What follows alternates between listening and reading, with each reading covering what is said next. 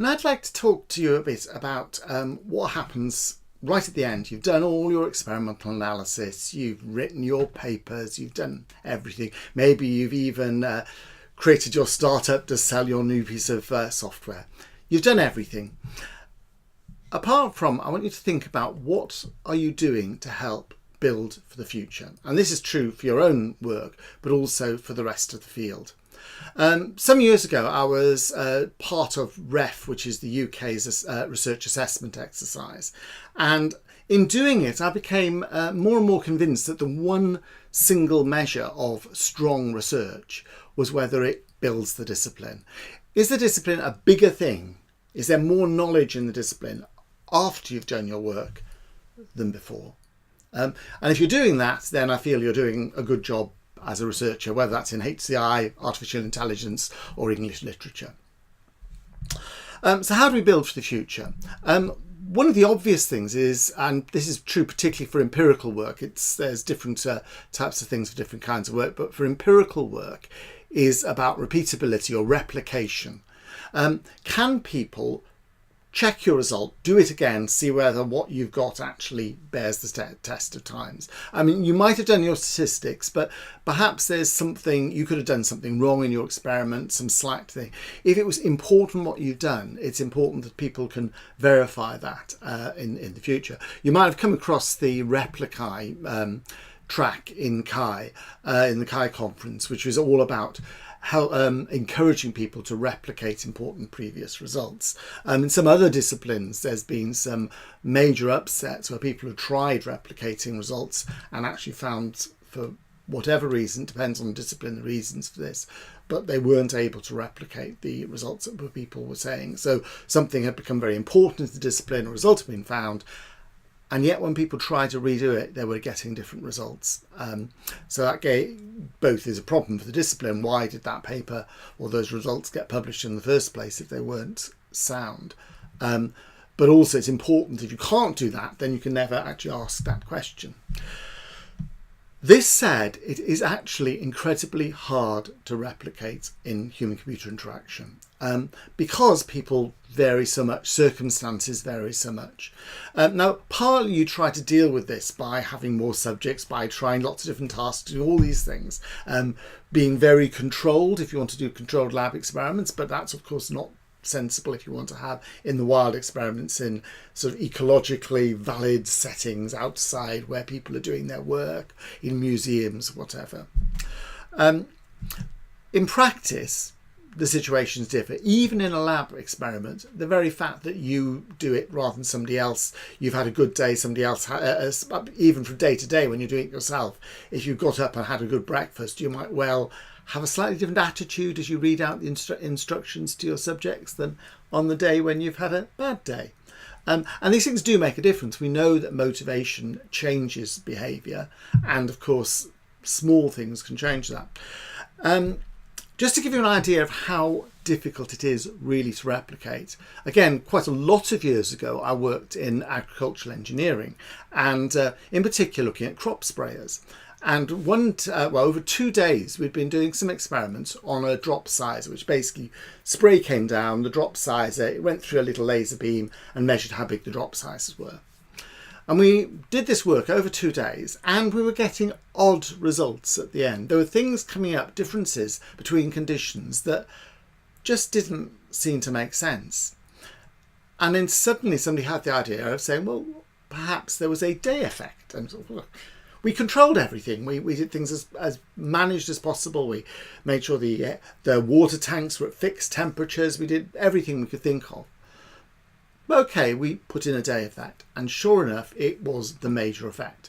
Most of the other anomalous effects just disappeared when we actually said, could the 2 days just have been different?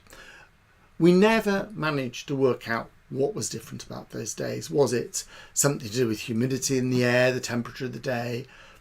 Who knows? You know, something might be different in the equipment, although we try to make it the same.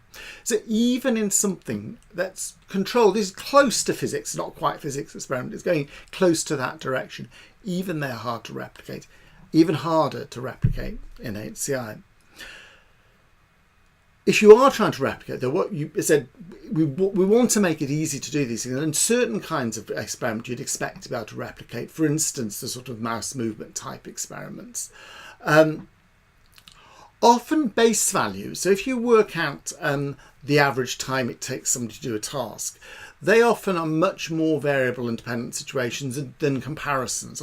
On the whole, comparisons are robust. So something like the fact that it takes 10% longer to do one task than another is more likely to replicate than the absolute time of tasks. So again, thinking about these kinds of things might help you both to choose what to report to help people to replicate, but also if you're doing replication of somebody else's work and what you might expect to see the same and where you might expect to see differences.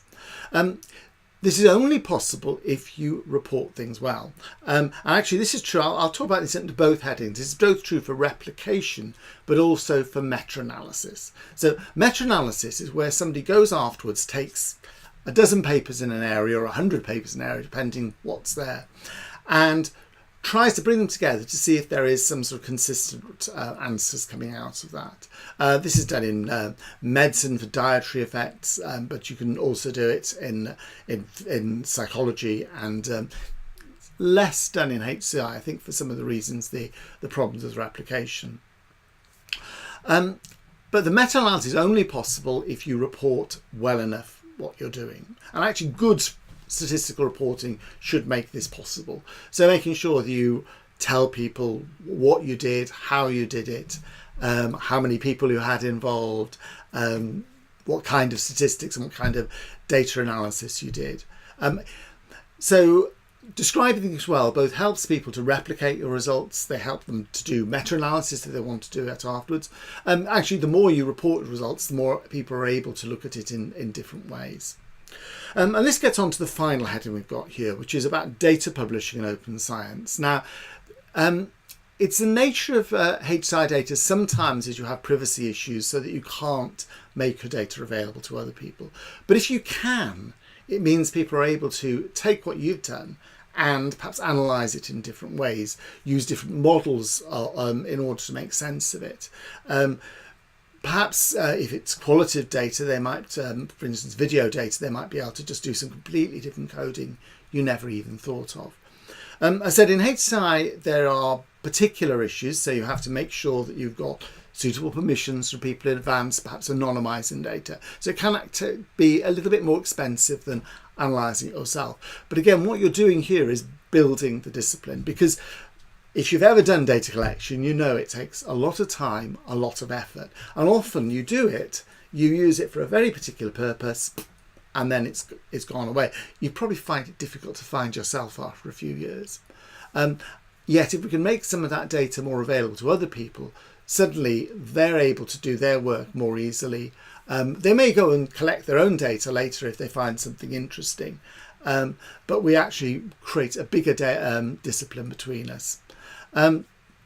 Again, there are barriers to this. There are cost barriers. We're also perhaps not good at knowing places to share these, and so it's not an easy thing to do, but it is something that's very valuable. I did this myself with I walked around Wales 2013, 1,000-mile walk, collected lots of data. I had a ECG monitor strapped across my chest. I had 19,000 photographs, lots and lots of different data, GPS positioning, and I published all that on the web with descriptions of how the data was gathered, how to read it.